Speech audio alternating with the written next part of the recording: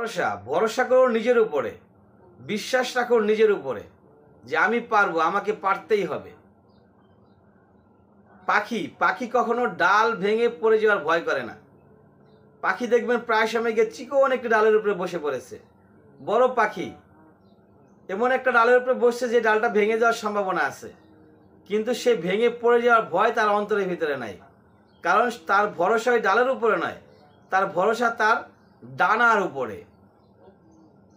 তো আপনিও ভরসা করুন আপনার নিজের উপরে, অন্যের উপরে ভরসা করবেন না। অন্যের উপরে ভরসা করবেন না, আপনার নিজের উপরে ভরসা করবেন যে আল্লাহ পাক আপনাকে দুটো হাত দিয়েছেন, সুস্থ দুটো হাত, সুস্থ দুটি পা দিয়েছেন, চোখ কান নাক বডি, আপনার এভরিথিং সুস্থ আছে। তার মানে আপনি পারবেন, যে কোনো কাজ করতে পারবেন। আপনার পক্ষে সকল কাজ করাই সম্ভব। শুধু কি করতে হবে? আল্লাহর উপরে ভরসা রাখতে হবে আর চেষ্টা করতে হবে। চেষ্টা চালিয়ে যান, আপনি যেটা চাইবেন সেটাই হবে।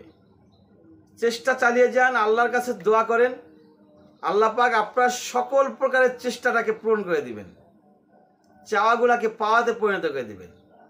আমরা যা চাই আল্লাহ পাক আমাদের সব দিবেন।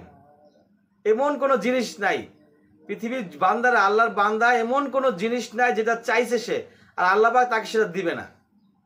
কোনো কোনো জিনিস ইনস্ট্যান্ট নগদ দিয়ে দেয়, আবার কোনো কোনো জিনিস আল্লাহ পাক ঝুলিয়ে রাখেন, কিছুদিন পরে দেয়।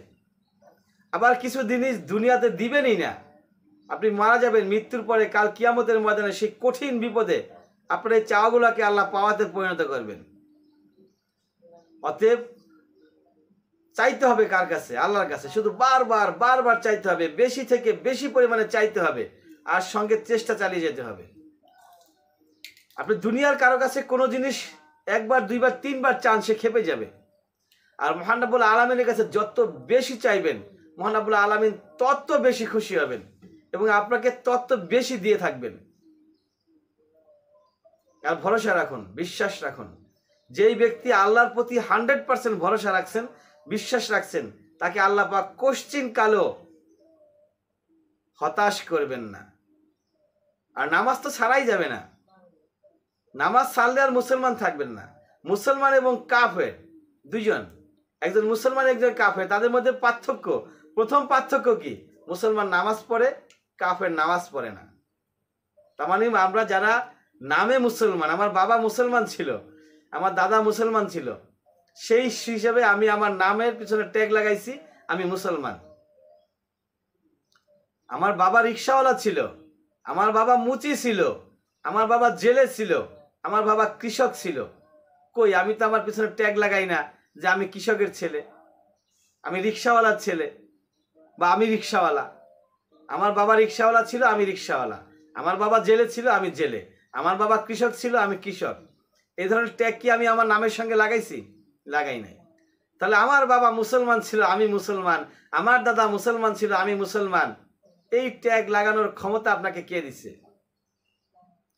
আপনি যদি 5 ওয়াক্ত নামাজ না পড়েন, রোজা না রাখেন রমজানে, দান না করেন, টাকা থাকলে হজ না করেন, আপনার পাড়া প্রতিবেশীর খবর না নেন, আত্মীয়তার সম্পর্ক বজায় না রাখেন, পিতামাতা ভাই বোনের সাথে সম্পর্ক ভালো না রাখেন, আপনি মুসলমান এই কথা বলার সুযোগ আপনার নাই।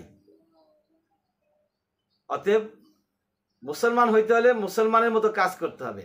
একজন ডক্টর হইতে হলে ডক্টর হওয়ার জন্য চিকিৎসার সকল কিছু তাকে জানতে হয়।